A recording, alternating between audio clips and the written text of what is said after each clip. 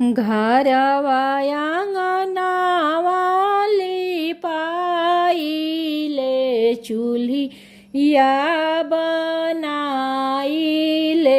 हो।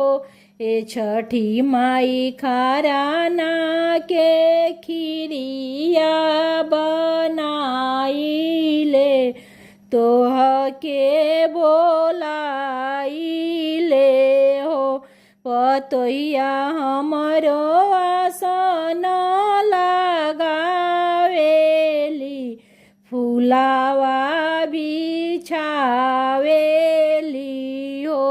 ए छठी माई बेटी हमरो जल लिहले खाड़ तरैया राउर निहारेली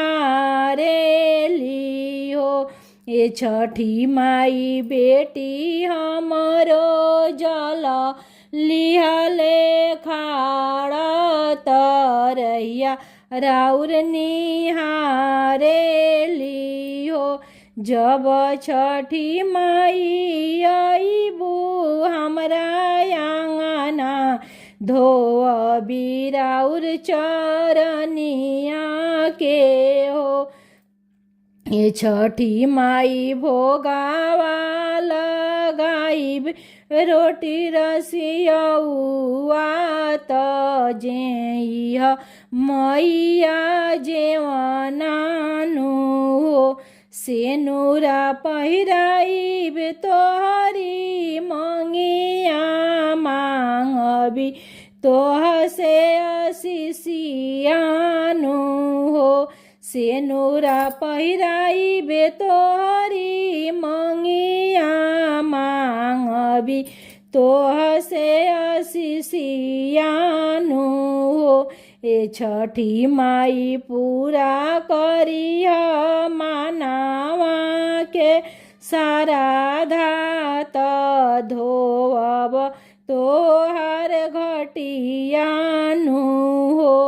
ए छठी माई पूरा करिह मानवा के साराधा त देई दिह दर्शनवानु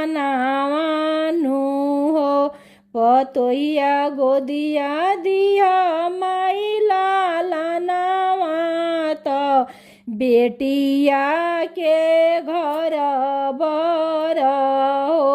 ए छठी माई बेटावा के दिह तुहु नौकरिया त घर में अन धन दिह दुखवा हमारी दूर करिह हो। हमरे गोदिया दिह माई पोता पोती रू से नाती नातिन हो। ए छठी माई तोहारा के सिंगारावा चढ़ाई बियोढ़ा आई बिचुनरियानु हो। आसन ऐसन आशीष दिह छठी मैया जुग जुग ए हवा त दिह जुग जुग ए हवा त दिह हो। ए छठी मैया बेटावा के लंबी दिहऊ मरिया पूजन सब दिन करब हो। ए छठी माई घटिया लिपाइबी